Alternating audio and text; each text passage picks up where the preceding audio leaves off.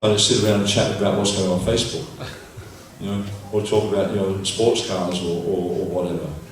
No, that's Brahmi Kata. That's talking about useless things. Sadhu Sangha means we discuss the pastimes of the Lord. We discuss the devotional qualities. We discuss different devotional topics, or how discuss how to serve the Lord. So Nama Kirtan means we chant the holy name of Krishna, and not just Hare Krishna, Hare Krishna, like we're falling asleep and bored. No, with great enthusiasm, great determination.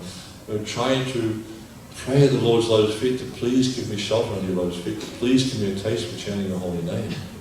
We're begging the Lord for His mercy. And Bhagavat Shravan, to study the Srimad Bhagavatam, hear, specifically hear the Bhagavatam.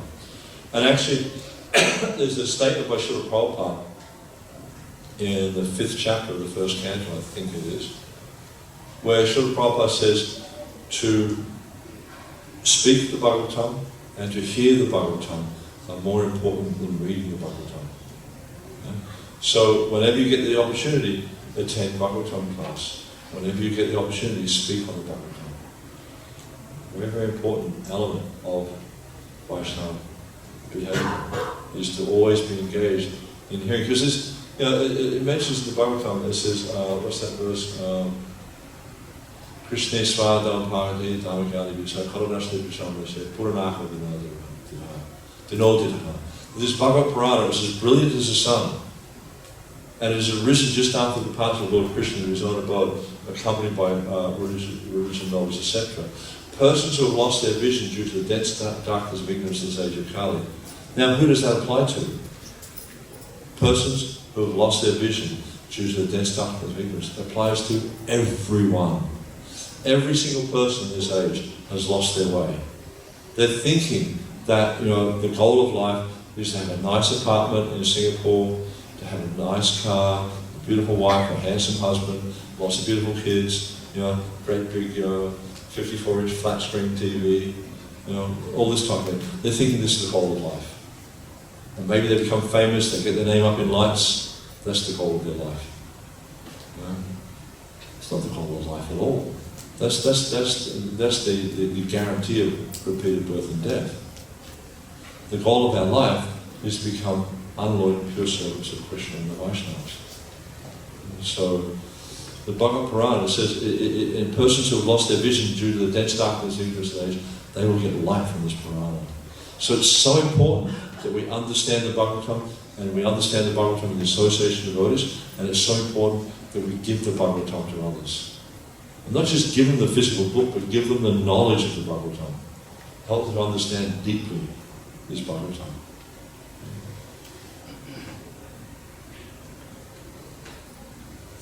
And then, what does it say? Sadhu Sangha Nama Kirtan Bhagavat Shravan. Then it says Mathura Vasa. What does Mathura Vasa mean? To become a resident. Because Vasi, Vasi means a resident, so to become a resident of Mathura. So does that mean we should all pack our bags and go live in Mathura? Huh? You think so? So what does it mean? To make your home the Dham. Yeah? Wherever you are, make that the Dham. It's just like Advaita Acharya, he said, my dear Lord, wherever you are, that is Vrindavan. So wherever Lord Chaitanya is, that is as good as Vrindavan. So always have the name of the Lord on our lips. Always be thinking of the past of the Lord. Always be reading about the Lord. Then we're always in Vrindavan. We don't have to go there. Of course, it's nice to go there, but if you're always absorbed in that consciousness, then you're always there in the Dham. And the last thing he says, Srimata Shadaya Sevan, to worship the deity with faith and veneration. These are, of all the 64 items of bhakti, these are considered to be the 5 most important. And Mahaprabhu goes on to say that if one has even a slight connection with one of these things, their dormant love for Krishna, even if they have no faith, he says, even without faith, if they have a slight connection with one of these items or all of these items, their dormant love for Krishna will be awoken. So how powerful are these things? So Sadhu Sangha, it's the first, so it's the most important. Usually with these lists there's a rule of order. The first thing is the most important. So he's giving the 5 most important things in devotional service. So the association of the word is very, very vital. Then you outline things that are to be done, things that are not to be done. All this should be described as regulations and etiquettes. And then all the...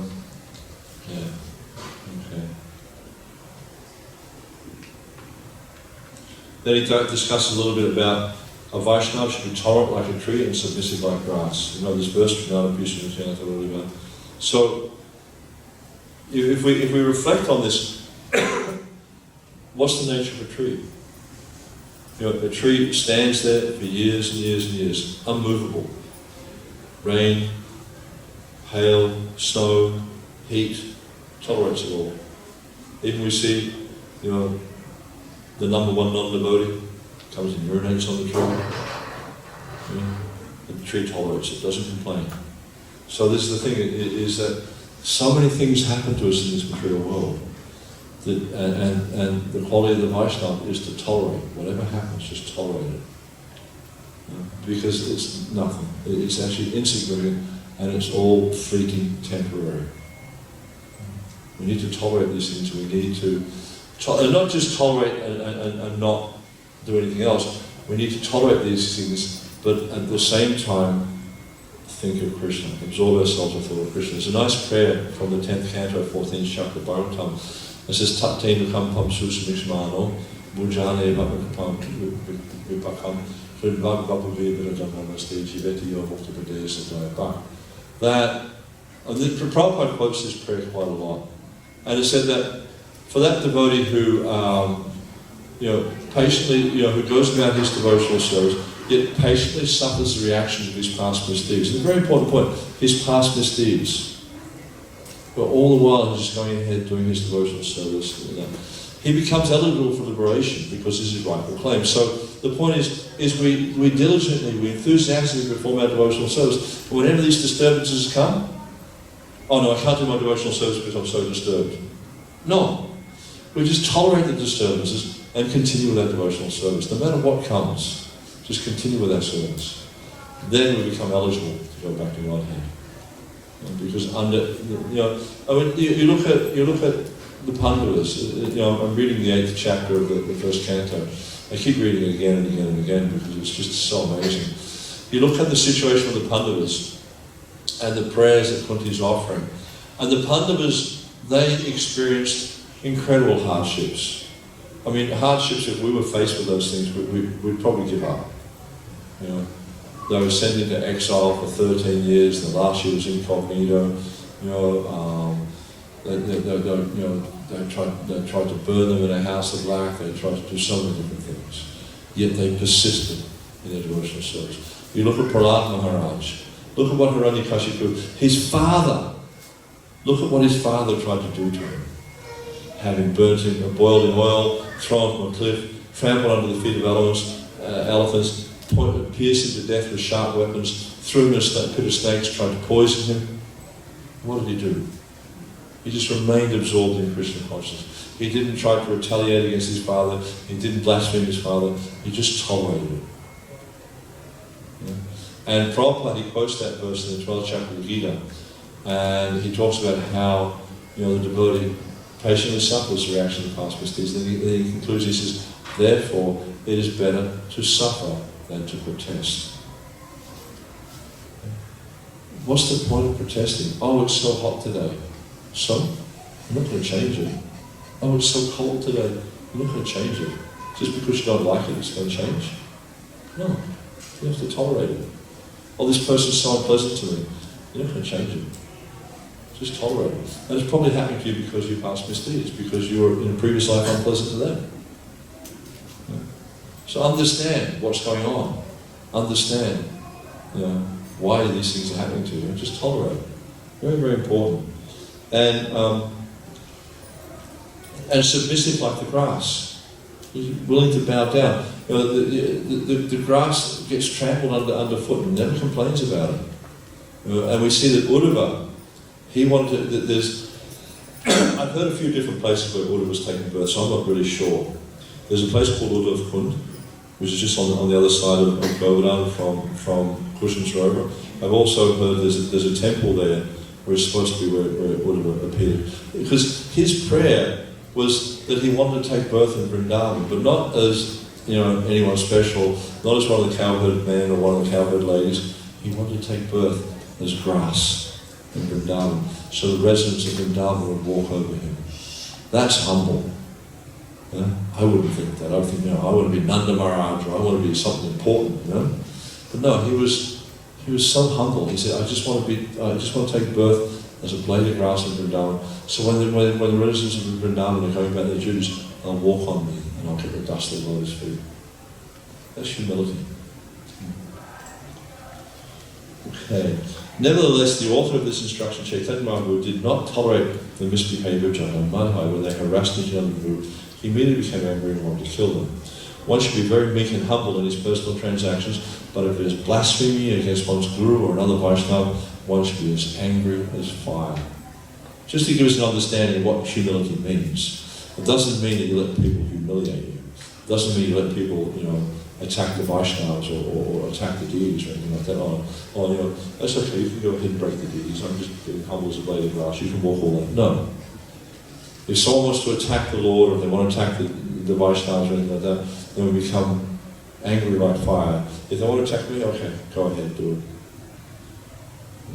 For ourselves, we don't defend, but for others we will. One should not tolerate blasphemy against the Vaishnava, but should immediately take one of three actions. If someone blasphemes a Vaishnava, one should stop him with high arguments and high reason. If one is not expert enough for this, he should give up his life on the spot. Yeah? I don't recommend that. Yeah? And if he cannot do this he must go away. But we should never listen to blasphemy against the Vaishnava. And see, this is one thing that's really, really dangerous, is this sadhu ninda. And some people will translate, sadhu ninda means only the greatly advanced devotees. No, it means anyone. Anyone who's chanting Hare Krishna. We should not tolerate blasphemy against Vaishnavas. And with the age of the internet, you've got a modem, you've got an internet connection, all sorts of stuff people are putting up on the internet these days. Just because you've got an internet connection doesn't mean you can voice your inappropriate opinions. We need to respect all Vaishnavas. Even if they're not very elevated, we still respect them. Maybe we respect them from a distance, but we still respect them. Why? Because they're doing to the best of their capacity, they're serving Krishna. And that's rare. I mean, if you look at this planet, I don't know how many billion people there are on the planet, but how many million Vaishnavas are there? Or how many Vaishnavas are there? They're rare. Therefore we should respect all Vaishnavas. Right, so I'll just... Any questions on this so far? Because like I said, it's a really broad topic. I'll just talk about a few broad principles or basic principles of Vaishnava etiquette, because I've skimmed over a few things here. But you can say that proper etiquette increases fame, opulence, longevity, and destroys all inauspiciousness. And inappropriate etiquette has the opposite. It makes you infamous. It makes you, poor. It decreases the duration of life, and it makes things very inauspicious for you. Yeah, so keep these things in mind. Okay, some basic principles from Hari Bhaktivinoda Bhosha about the proper activities of one who is a Vaishnava. A Vaishnava offers respect and obeisance to the Guru, to the Lord and his devotees, and to other superiors. One must offer respect and obeisances to the superiors like the Guru, the Lord and his devotees. We must also respect superior relatives like the parents. We don't give up. I never encourage people to give up the respecting their parents, or give up the guidance of their parents. Just like sometimes people devotees want to join ISKCON and they want to give up their education, for instance. And so I'll encourage them. So, what do your parents want you to do? And oftentimes you'll find the parents want them to continue education, so do that. Because what will happen is if they give up the instructions of the parents will be antagonistic towards them being devotees and may even try to stop them. But if they follow the instructions of the parents, then the parents are more likely to be more supportive of them being devotees of Krishna. So you have to look at the long-term goal. We want everyone to be Prabhupada's goal was that the whole universe would become devotees of Krishna, not just this little planet. Prabhupada, he would say sometimes, my disease is I cannot think small. He would always think very, very big. So he wanted the whole universe to become devotees of Krishna. So rise early, sometimes it's recommended before 4 a.m. and attend Mangalati. After waking, brush your teeth, take a bath. Always bathe after passing stool. Wash with water after urine. Also wash hands and feet. Wash hands and feet and mouth before and after taking prasadam. At least you should wash your hands and rinse your mouth. There'll be a bare minimum. Rinse your mouth and wash your hands. But in your feet, it's also good to wash your feet. Sometimes in the West it's a little bit difficult to do that, but in India it's not difficult at all because every place you go to take prasadam has that facility. Also, wash your hands after drinking water. Srila Prabhupada would always wash his hands after drinking water. Always use the right hand for eating and drinking, even if you're left-handed, always use your right hand. And actually, in Vedic culture, this hand used for clean, this hand used for dirty. So when you go to the toilet, you use the left hand for cleaning. Always wear clean clothes. It means clothes washed freshly every day. Don't have a big laundry basket and fill up with laundry and wash your clothes once a week or a fortnight or a month. Wash every day. Always wear clean clothes. Never steal anything. Never use unpleasant words, even to yourself. Sometimes you're working away the computer's just not doing what you want, you start to curse the thing. Never use unpleasant words. Never tell a lie, even if it's pleasant. We call them white lies. Don't even tell a white lie. Never speak ill of others. Do not become inimical to others. Do not develop friendship with people who are envious, fallen, insane, inimical, extravagant, deceptive, lying, or illicitly related with women. Do not develop friendship with unchaste women, because by developing the friendship with people like that, you'll start to take on those qualities and you'll become like that. And Prabhupada would say, birds of a feather flock together. So, avoid associating with people like that because you will take on those qualities. Do not travel alone. Do not sneeze or yawn without covering your mouth. Do not laugh loudly. And especially, this is really important in mixed company, because what happens, say for instance, it's very applicable for brahmacharis.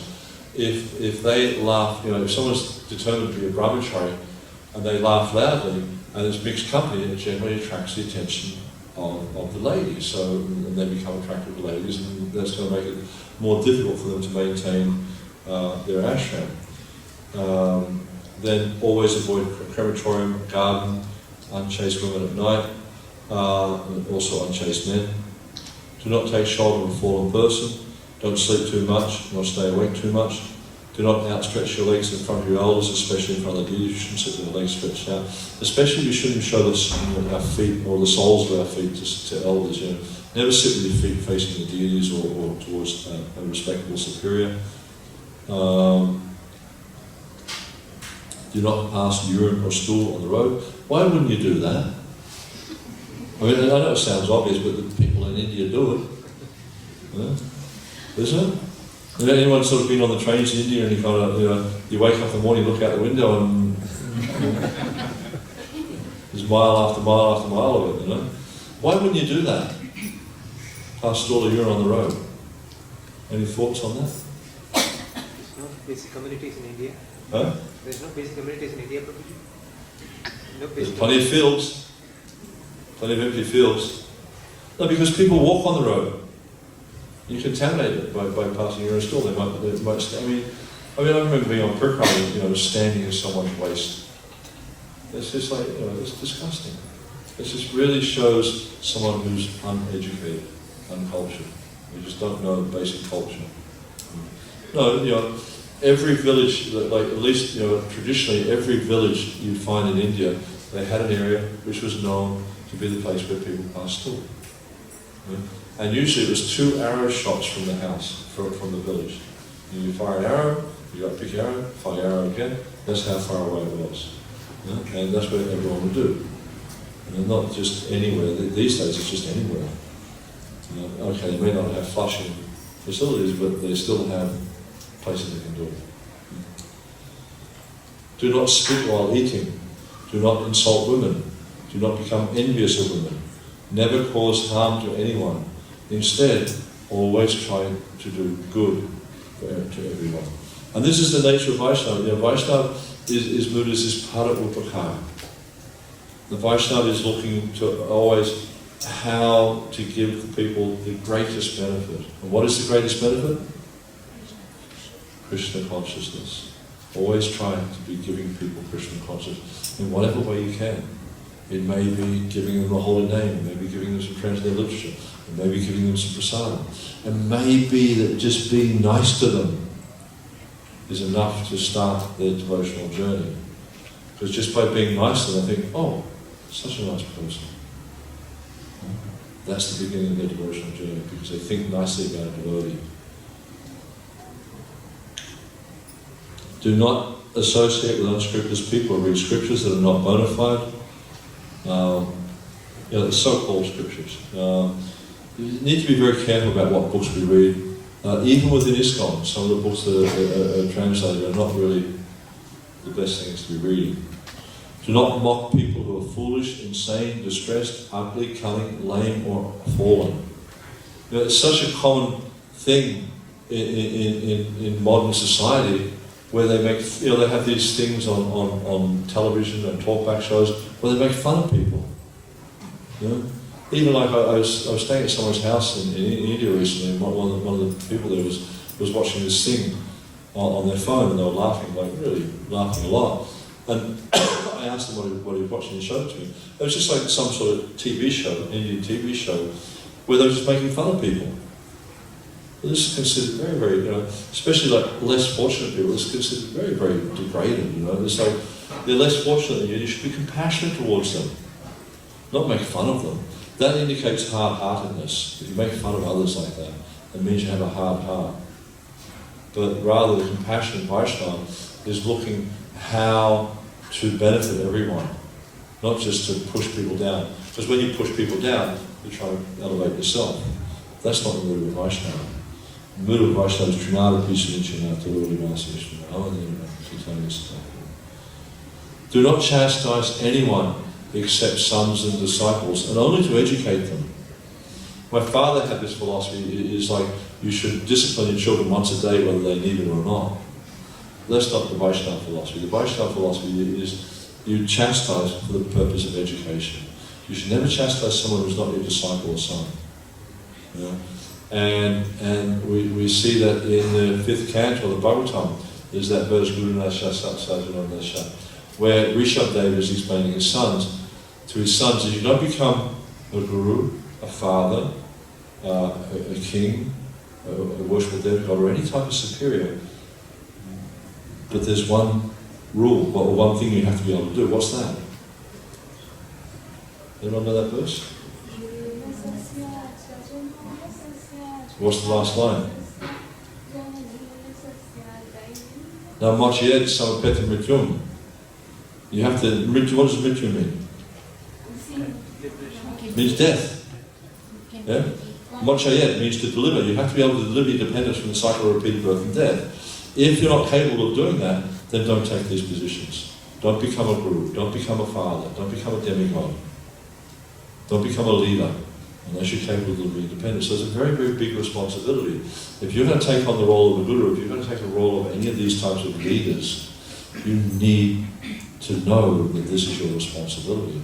And that's why we see Mahaprabhu was telling Sanatana Goswami, you talk about the characteristics of the guru, you talk about the characteristics of the disciple. The guru needs to be able to deliver the dependent. If you can't do that, you shouldn't be a guru. And how they deliver the dependent? By electric shock, you touch them on the head and they can get delivered? No.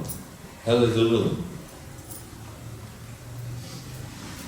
Connecting to his spiritual master. Transcendental knowledge, divya gyan, by giving them divya gyan. Now this also applies in the position, not just of a Diksha Guru, because a Diksha Guru is just a formality where you get connected with the Parampara. The real essence of the spiritual process or achieving divya gyan is the process of Siksha.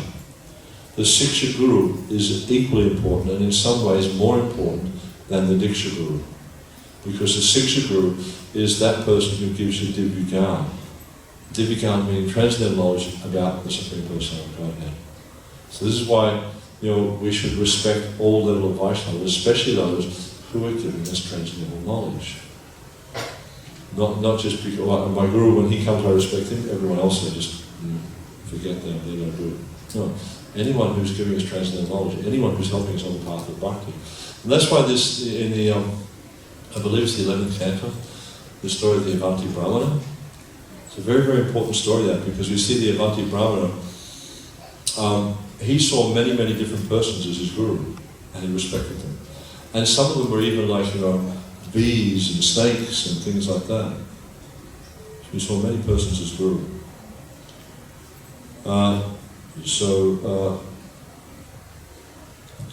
Bathe after shaving, copulating or going to crematorium. Do not hit anyone on the head or pull anyone by the hair. Do not eat yogurt or chickpea flour at night, because they're really heavy. And it cause you to have lots of dreams and things like that. In the morning, Prabhupada sometimes would have chickpeas in the morning himself. We'd have a few. What do you do if someone insults you?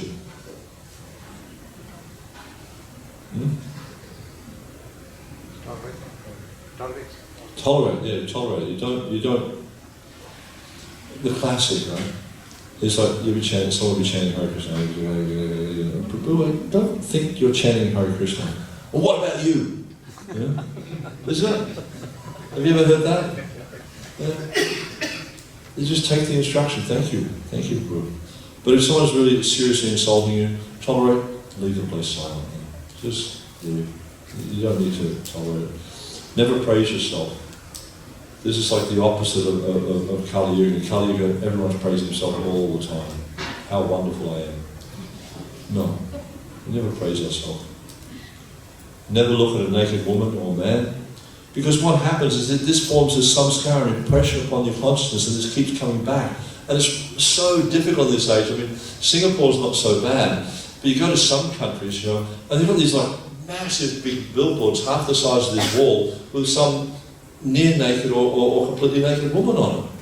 What chance do you have? You've got to walk around with blinkers on. And the thing is, like these things, they keep coming back into your consciousness. You really have to do some heavy, samskar to kind of overcome it. So you be very careful with things like that. And that's why watching movies and stuff like that. I mean, these movies are kind of if you're watching something you think is quite an innocent movie, and ta-da, they pop up with some naked body. They just do it. So you're better off not watching these things. Do not place foodstuffs on your lap to eat. Better you put it on the floor. Of course, again, if one is unable to sit on the floor, and there's no facility like a table or something, then you may have to do something like that. But it is better if it can be avoided. In a community like this where you have a number of old people that cannot sit on the floor, then it's good to provide an arrangement where they can sit in a chair or the table so they can sit properly and comfortably. But yeah, it's not, because the thing is, like, the lower part of your body from the navel down is considered impure. So we don't put pure things. Like when we're doing deity worship, we don't put pure things on our laps. Anything we're going to offer to the deity, we don't put on our lap, because the lower half of the body is impure. And some of the ways think, I put a towel over there, then I can put on the towel. No, the towel becomes impure. That's all that happens. So just be mindful of that. Now, here's a really good one for this half of the room. Right? Do not quarrel with your wife. Yeah, you like that one? Yeah? But conversely, don't quarrel with your husband. Yeah? Because in the house where there's quarrel, Lakshmi will not come. Yeah? Yeah? So don't quarrel. You're Vaishnavas, respect each other, serve each other. Yeah? I know it's hard. I'm married also. I know it's not easy. But I just have to work hard at it. Yeah? Not quarreling with my wife. Yeah? Do not spit on water. There's a number of reasons for that. One thing is people drink from ponds and stuff like that, but also there's a personality residing in the water. Do not sleep in a temple room. Sannyasa 3 times a day. grihastas and brahmacharis how many times? Grihastas at least 2. But a brahmana should bathe 3 times. At least 3 times a day, usually before you go after. I mean, obviously if you're working it may not be so practical, but for brahmanas, generally speaking, you should chant before you do your sandhyavandana. You should bathe before your sandhyavandana, before you chant Gayatri. So if it's practical. So another one that's very important, which is often missed in this context, is when you sit down on the floor and eat, right, that area becomes unclean. So you need to clean the area, before it can be used for anything else. Or before someone else sits down and eats. And also, you don't step over the area. Well, you see in Mayapur, they have a really nice system there. You go to the Gada Bhavan, they have the prasadam hall, the Gada kitchen prasadam hall there. And they have these raised sections, right? And then they roll the mats out behind, they come down the middle and they serve, they put the plates on the raised section, they serve both sides like that. But there's enough room behind where you can get up and walk out without having to step over the area where you've eaten. Yeah? So you shouldn't step over it because it's contaminated. Also, there may be prasadam there, and you'll be stepping over prasadam. So never step on the area you've been eating, never step over the area. Yeah? And always clean straight away after you're eating.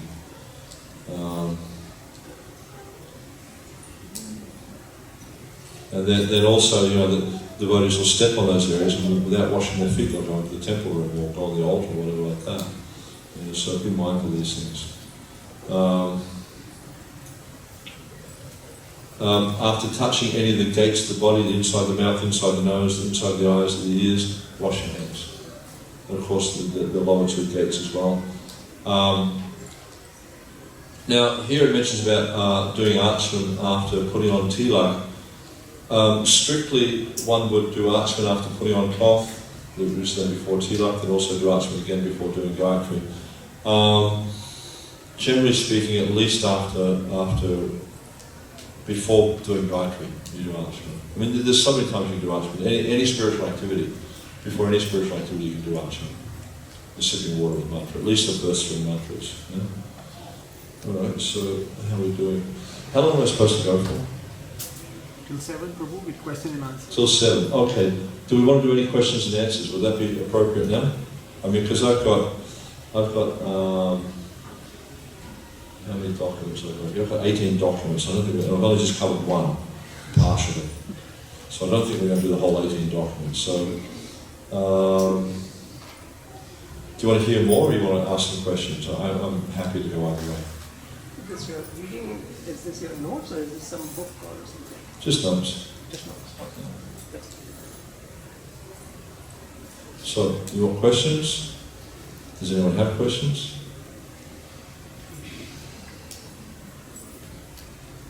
No? Can I ask a question, Guruji? Of course. Actually, 2 questions, Guruji. You said about tolerate. You said we should tolerate ourselves, but not to tolerate with devotees or with deities. Yeah. That I understood, Guruji. But how about tolerating ourselves? There could be some example in politics in office. We just tolerate and just leave it, or we just fight and for whatever good cause. If I'm right in that sense.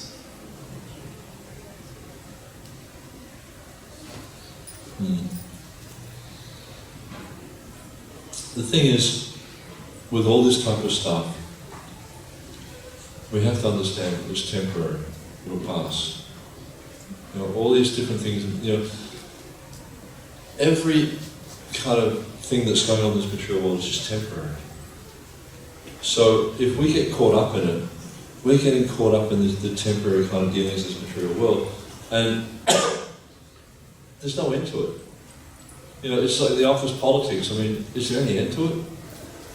It just goes on, and all it's about is people trying to be on top of the pile. Like when Prabhupada went to Japan to Dai Nippon, when he wanted to get the Krishna book printed, I think it was. When Prabhupada went to get printing done, he didn't, negotiate with them. He told them what he was going to pay. Prabhupada was ruthless like that. He was a ruthless businessman. And so they, all the board, the directors of the company were there, from junior to senior. And then so Prabhupada gave his offer, what he was willing to pay for the books he wanted printed.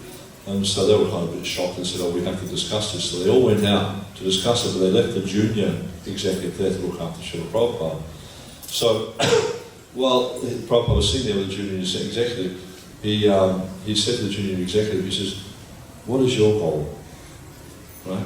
So the junior executive, he gathered up all the cards, they were in order of who was the boss and who was the junior. His was down the bottom.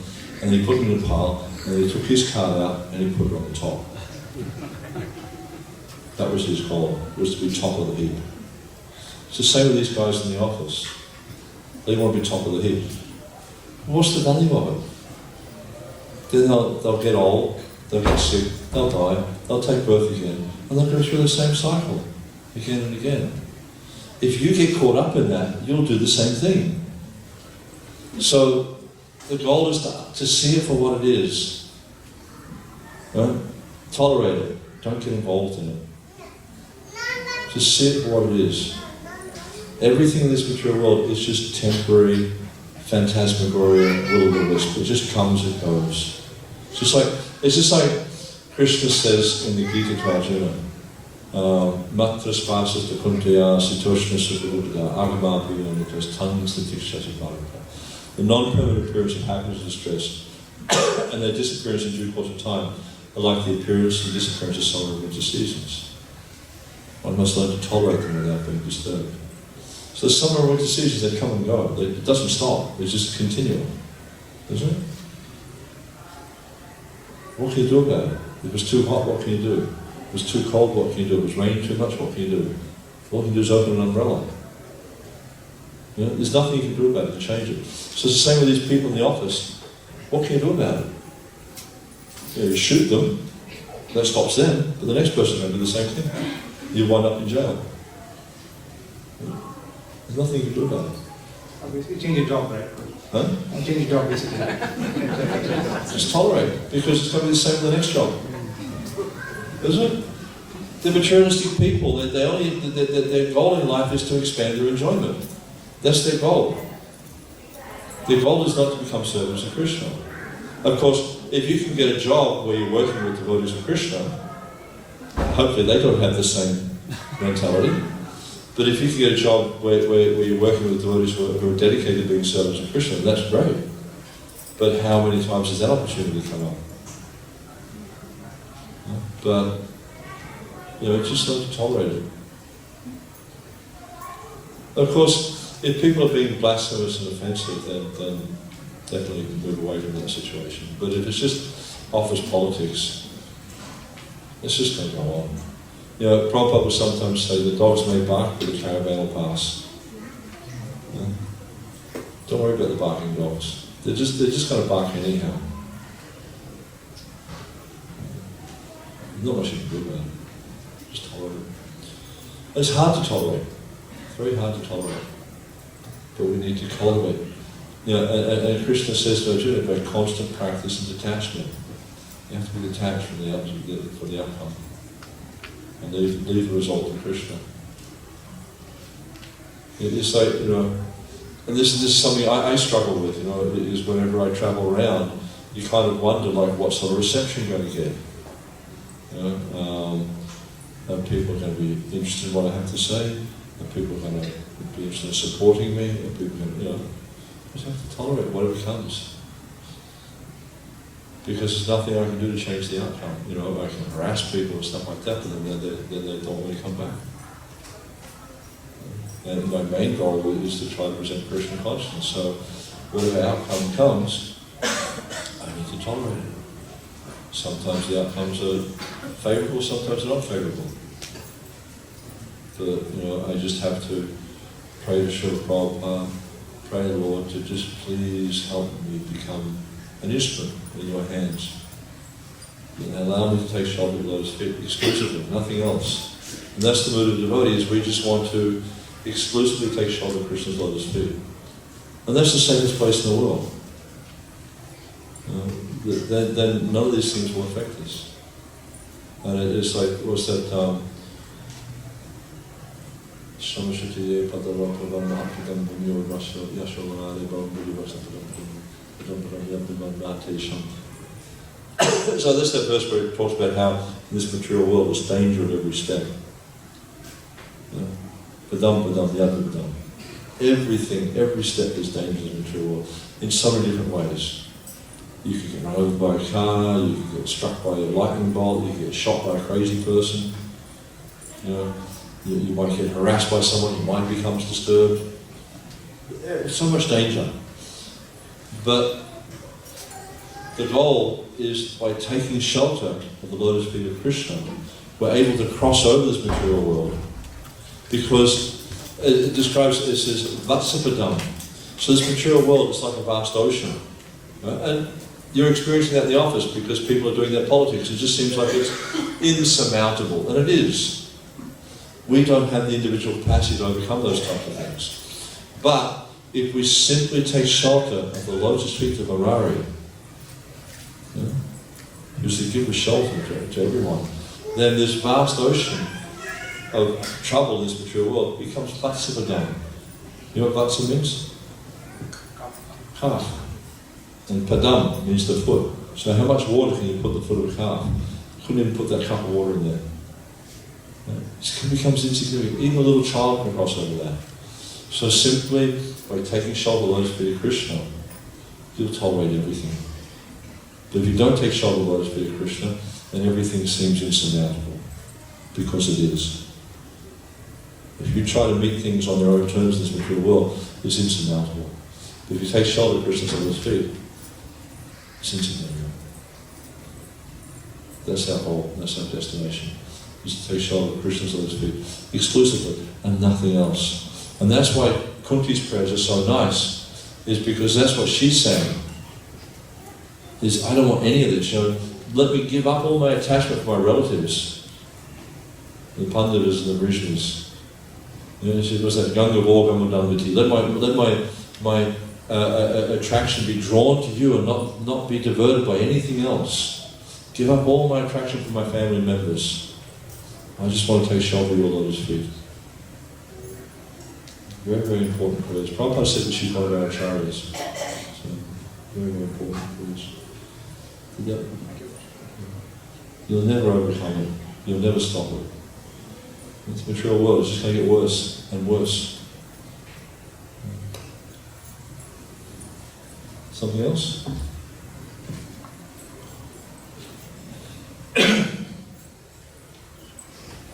We've got 13 minutes to go. That's one more question. Okay. You said that one of the important qualities of Vaishnava is to preach others probably, right? To preach. What quality for devotee? How do we preach and how do we not preach? Because there might be some cases where we should not preach because you will not get anything back. Yeah. No, from my perspective, the real quality we're talking about there is compassion. Right? So an act of compassion is to give God consciousness to others. But in some situations, you can't preach to them. Maybe you can give them some prasadam. Maybe you can give them some transcendental literature. But then, I think also a very important part of preaching, there's a nice verse that Prabhupada quoted, he called it a Vedic aphorism. Apaniya achari prabhu jivera sikaya. So, you know what acha means? It means behavior, your conduct. Apaniya, so mean you, achari prabhu. So it means that your behavior should become ideal. Yeah? You become like a master by your behavior. Jivera sikaya. Then you can teach others. Yeah? So even if you don't have the situation where you can present Krishna consciousness to people in an undiluted way, you can, at least by your conduct, so when people start getting into the politics of work, just don't get into it. By your conduct, rise above it. That's what we have to do, is we have to, it's just like the example is given sometimes of the lotus flower, how it may be in turbulent waters, but it always rises above the water. Have you ever seen like a lotus leaf when it rains? You know, like the shape of a lotus leaf is like that, right? And it's like when it rains, it doesn't actually get wet. All the water sort of flows into the middle. Yeah? At a certain point, just goes, dumps it all out, comes back up dry.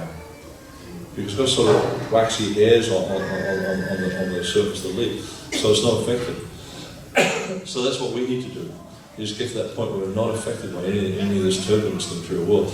Because the nature of the material world is turbulence. That's just the nature. It is always going to be like that. You know, what can you expect? It's the material world. You know?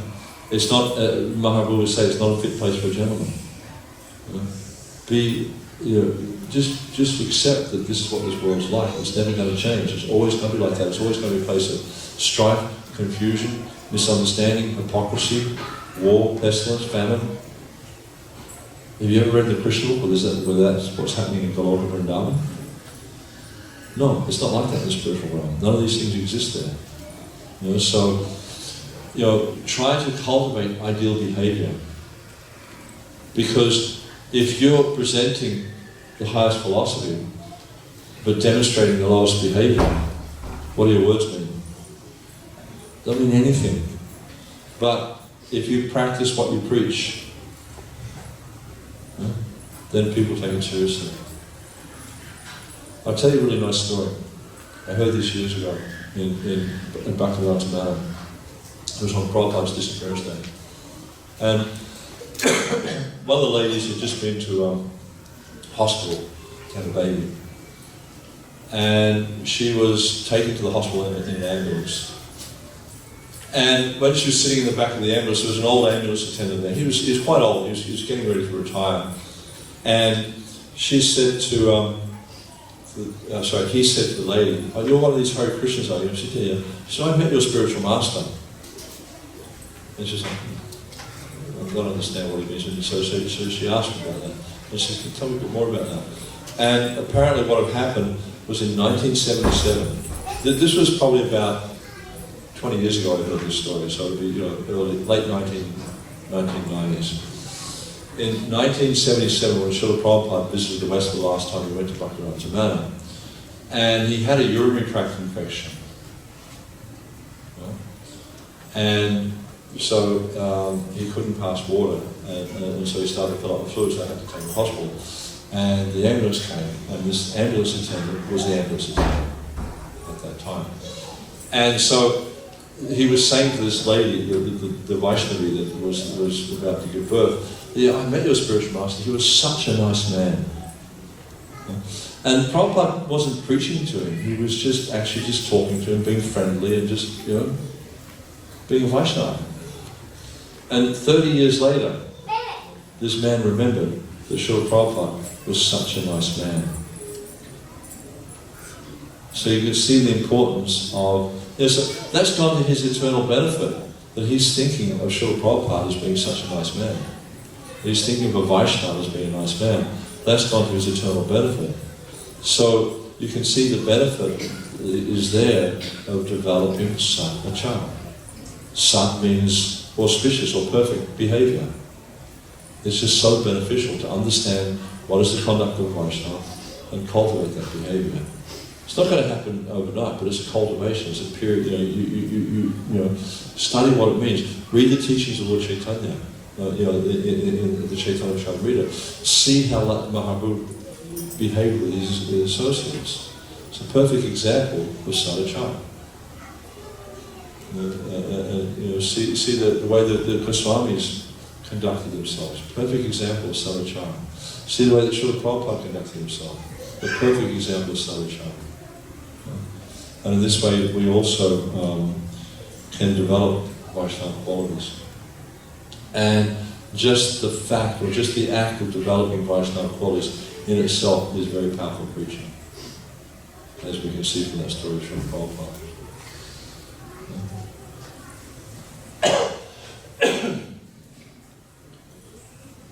Just don't ask many questions.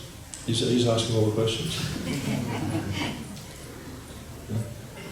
Prabhupada would often, encourage his disciples to ask questions. because that's how you remove doubt. If you have any doubt, you should ask questions rather than speculate. Very important, because we need to understand this Gaudiya philosophy and culture very, very deeply, because we need to give up our past culture. Okay, you may have been born in India, you may have exposure to some elements of Hindu culture, but it's not Vaishnava culture. It's something else. It's not the culture of the Shastra. The Gaudiya Vaishnava culture is the highest culture, because it's a culture of loving Radha and Krishna. And we see, like in the deity worship, all these things we're doing in the deity worship, people will say, oh, but this is all Aishvarya ritual stuff. No, this is the activity of the spiritual world. Everyone in the spiritual world, every living entity in the spiritual world is engaged in worshiping Krishna, whether they're an animal, a plant, or a human form. They're all engaged in worshiping Krishna. So this Gaudiya culture is the highest culture. And through understanding the etiquette, through understanding how we should conduct ourselves, we can understand how to practice the highest culture, and in that way become qualified to return to the spiritual abode of Radha and Krishna. But without taking up this culture, we won't actually achieve that destination.